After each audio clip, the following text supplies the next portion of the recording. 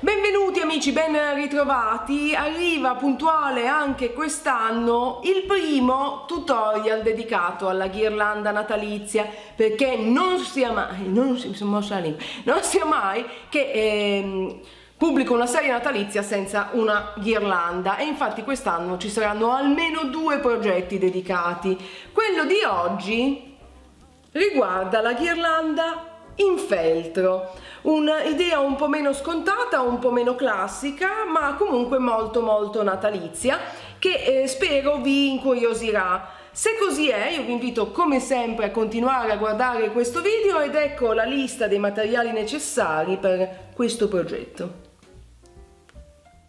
Dei rametti, o se avete difficoltà a reperirli, anche una base tonda per ghirlanda a vostra scelta, del fil di ferro, delle forbici, della colla a caldo, un pennarello, del feltro in diverse tonalità di verde, dei pompon rossi e del nastro.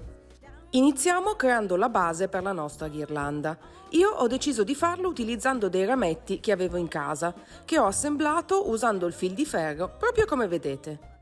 Se non avete sotto mano dei rametti, potete però tranquillamente usare una base tonda in metallo o qualsiasi altro tipo di base per ghirlanda.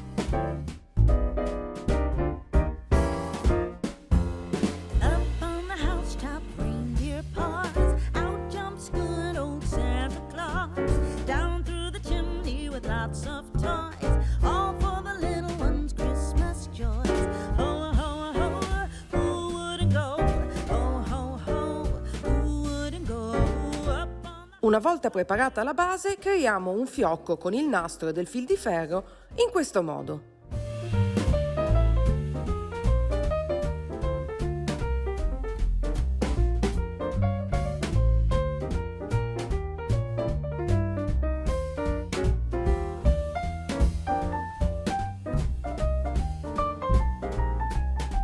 E applichiamolo sulla base usando il fil di ferro proprio come vedete. Possiamo ora passare al feltro verde. Usando il pennarello disegniamo la forma delle foglie in questo modo.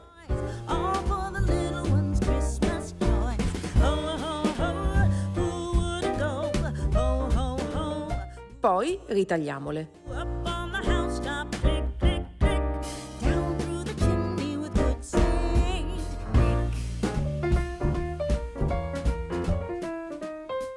Ripetiamo la stessa operazione con il feltro nelle varie tonalità di verde.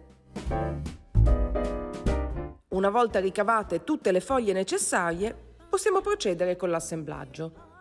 Utilizzando la colla a caldo, applichiamo le foglie in feltro, abbinando le diverse tonalità di verde proprio come vedete, e incolliamo anche i pompon rossi, creando un motivo equilibrato.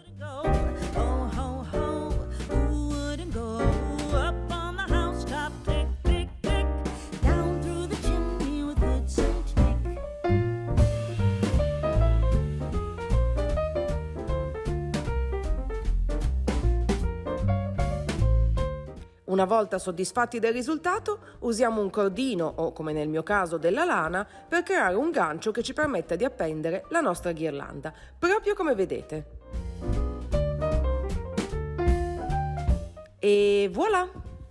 Ed ecco qui la ghirlanda finita, pronta per essere appesa in casa, fuori dalla porta, un po' dove vi pare, anche per essere regalata. Mi piaceva l'idea di una ghirlanda un po' diversa dal solito, non classica, e spero che lo stesso valga per voi, che questo progetto vi abbia ispirato. Se proverete a seguire il mio tutorial per creare la vostra ghirlanda in feltro, mi raccomando, non dimenticate di mandarmi le immagini dei vostri risultati o di taggarmi su uno qualsiasi dei miei 1000 social. Trovate tutti i riferimenti qui nella info box. Vi ricordo anche che Sul blog troverete invece la lista di tutti i materiali necessari con eventuali link per acquistarli online.